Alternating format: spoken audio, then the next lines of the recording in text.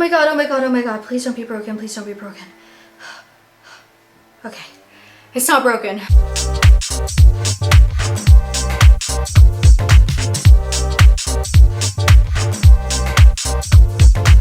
guys, it's Shawnee, aka Total Makeup Junkie 101. So today I have the video that you guys were all waiting for. So many people have been requesting me to do this video ever since ColourPOP announced that they would be releasing brand new blushes to their makeup line, and I, along with many of you guys, was counting down the days. I was on my computer the second that they went live and I bought all of them. ColourPOP is one of those companies that goes big. They don't ever just release a couple shades. It's like a giant range. That is something that I really appreciate, because no matter what skin tone you are, if you're super pale or super deep, you would be able to find at least a couple shades that'll flatter your skin. ColourPOP released 20 shades of their new Super Shock Cheeks blush, and I have all 20 to show you guys. ColourPOP divided them into two different finishes. They have their matte finish and their satin finish. Matte finish is exactly what you would expect it to be. It is a completely matte, no shimmer, no satin finish. It's just pure color.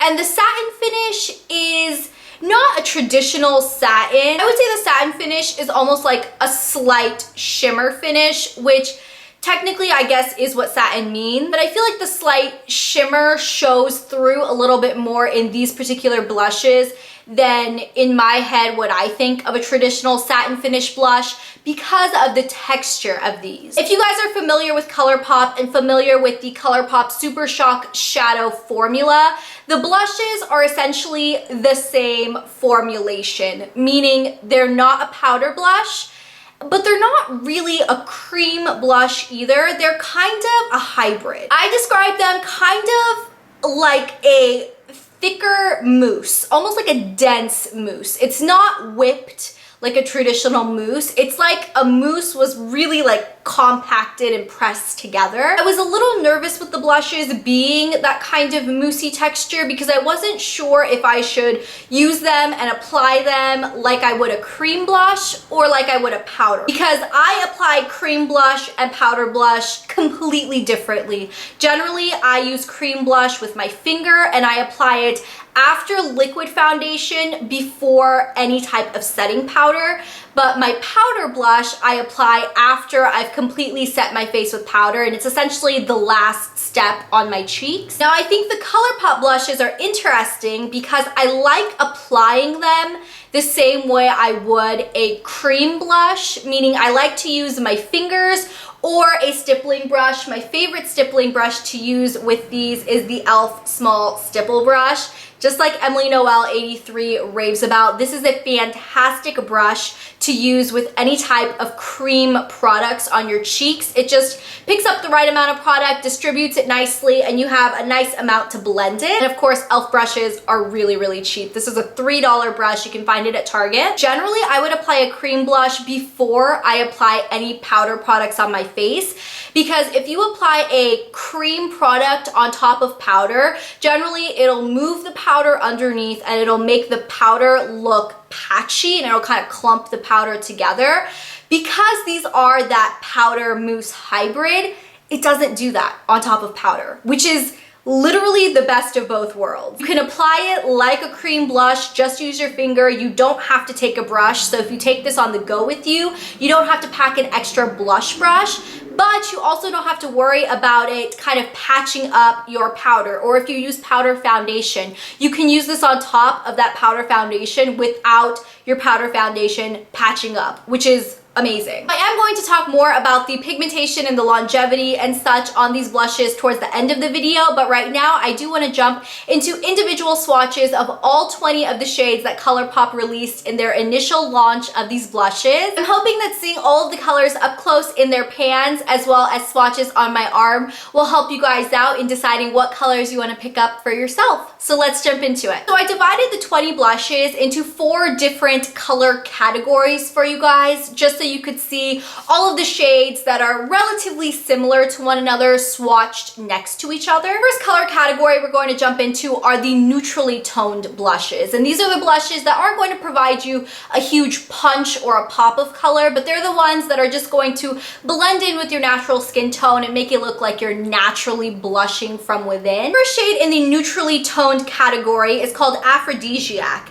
And this one I would say isn't so much a blush as it is a contour. I think it would work as a contour really, really well on the lighter skin. This is a matte finish, so it doesn't have any shimmers. This next shade we have is Swift, and this is a very, very dark matte brown. It is fairly neutral, but it does have a little bit of red tones in it. And the reason I wanted to swatch Swift right next to Aphrodisiac is because where I feel Aphrodisiac is kind of like the light skin tone contour product, I feel like Swift would be the perfect darker or deeper skin tone contour. The next shade is called Between the Sheets, and this is another matte shade, and in my head it's just a very, very neutral pinky peach.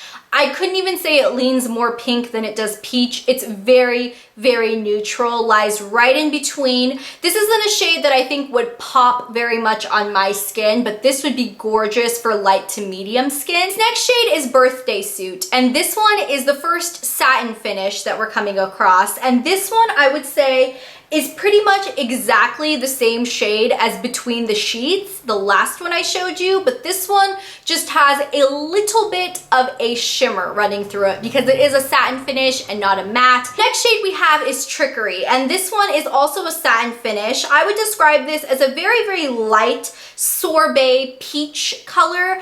This one also I put kind of in the neutral tone because while it is a light peach, it's so light and it's not going to make any type of significant statement on your cheeks. This one also wouldn't work for my skin. This is definitely for light to maybe light medium skin tones. This next shade is Bonus, and this is another matte finish blush, and I would describe this as a medium peach color. This one is really, really beautiful on my skin. This one may look a little ashy on very, very deep skin, but this one is a really pretty, almost universally flattering peach color. And the last shade that I put in the kind of neutral family is called Quarters.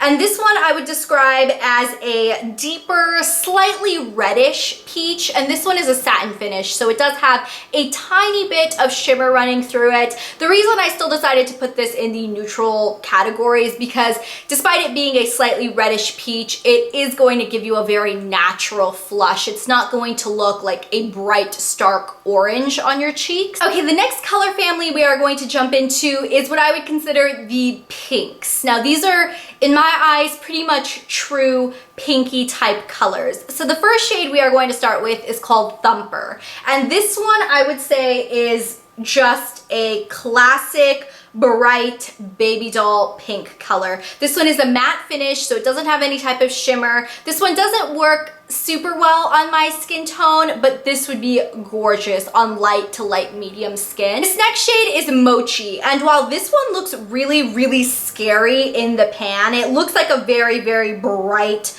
like super, super bright bubblegum pink. It actually goes on the skin really, really pretty. Some of that kind of corally, naturally tone pulls out when it goes on the skin, at least on my skin. This next shade, which is a true neon pink, this one is called Pie, and this one is also a matte finish. It is, in my eyes, just neon hot pink. It's so, so bright, even in the swatch. This one is definitely not for the faint of heart. If you have medium to dark skin or deep skin, this is like a godsend right here. The next 3 shades I'm going to show you, I still classify in the pink family, but they are more corally pinks, so slightly more of a warmer pink than the other 3 I just showed you, which were more of a blue-based, very bright Barbie pink. So this first shade is called Holiday, and this one is the lightest kind of corally pink. This one is a matte finish, and it's really, really beautiful. I think this is just a perfect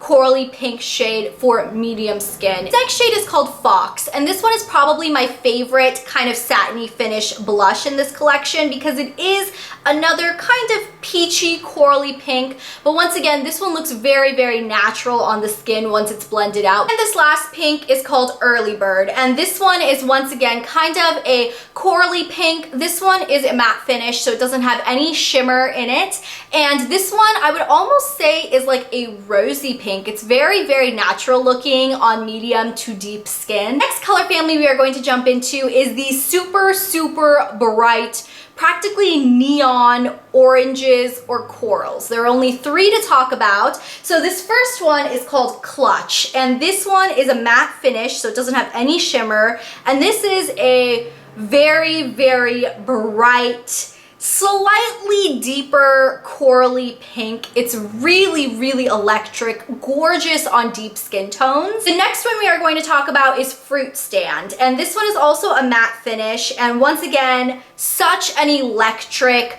like orangey neon coral color. This one is really, really similar to Clutch, the one I just showed you, especially when they're swatched. In the pots, Clutch definitely pulls a lot more pink than Fruit Stand, but once they're swatched, I would say you probably don't need both. And the last shade in this neon orange family is called Tonic, and this one is the neon orange. This one has almost no pink in it. It is a true, very, very electric, bright orange. And then the last color family we are going to talk about is going to be the slightly purpley toned colors. So the first one is a very, very light, almost lavender lilac. This one is called Prenup. It is a satin finish. This one definitely has shimmer that you can see on the skin. It's one of the most visible satin finish blushes in this collection, but I still think it's really pretty. Next shade is called Homey, and this one is a matte, very, very bright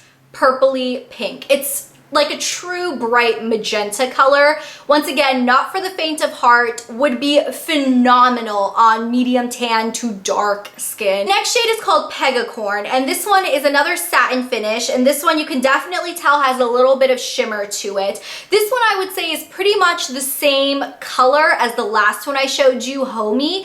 This one is just a satin finish instead of the matte finish that Homey was. And the last shade is called Cheerio, and this one is also a satin finish, so it does have a little bit of shimmer to it. This one I would describe as a true raisin color or a like dark plum color. It's not super, super dark, so I still do feel like lighter skin tones could definitely wear this. So those are all 20 of the blushes that ColourPOP released in their initial launch of their Super Shock Cheeks collection.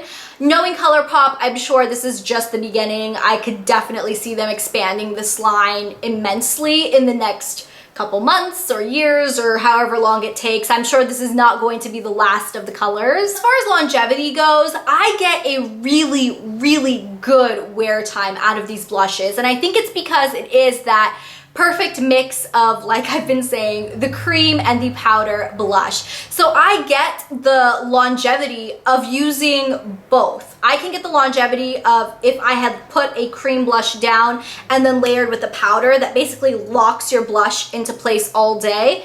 This product pretty much does that little combo in one product. I have no problems getting these to last on my skin all day.